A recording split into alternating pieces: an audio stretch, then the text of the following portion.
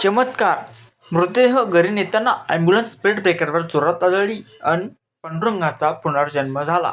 बातमी कोल्हापूरहून येते ती देव तारी त्याला कोण मारी याची प्रचिती कोल्हापूरमध्ये आली आहे.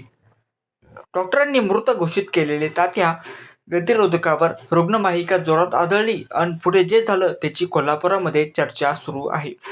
तर एखाद्या चित्रपटाला शोभेल अशी घटना कोल्हापूरच्या कसबा बावडा या ठिकाणी घडली आहे. कोल्हापुरातील कसबा बावडा परिसरामध्ये राहणाऱ्या पांडुरंग उल्पे यांना चक्क एका स्पीड ब्रेकरमुळेच पुनर्जन्म मिळाला आहे. 16 डिसेंबर रोजी सायंकाळी 65 वर्षीय पांडुरंग उल्पे यांना अचानक चक्कर आली आणि ते घरातच कोसळले.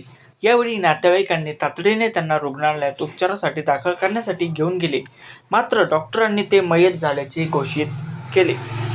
नातेवाईकांनी पांडुरंग तात्यांना अंत्यसंस्कारासाठी घरी घेऊन जावे लागेल असे सांगितले.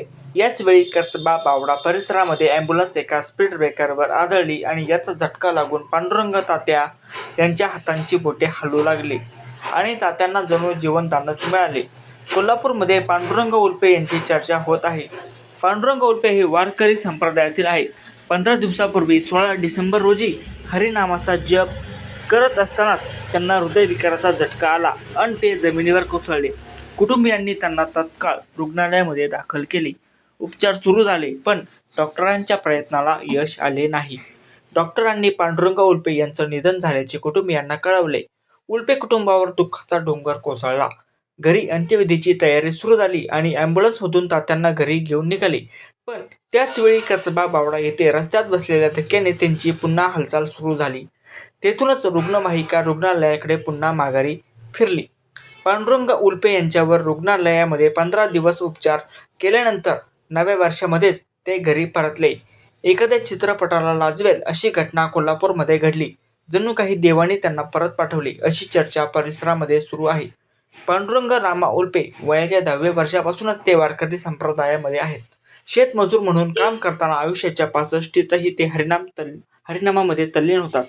16 डिसेंबर रोजी हरिनामाचा जप करताना त्यांना हार्ट अटॅक आला होता.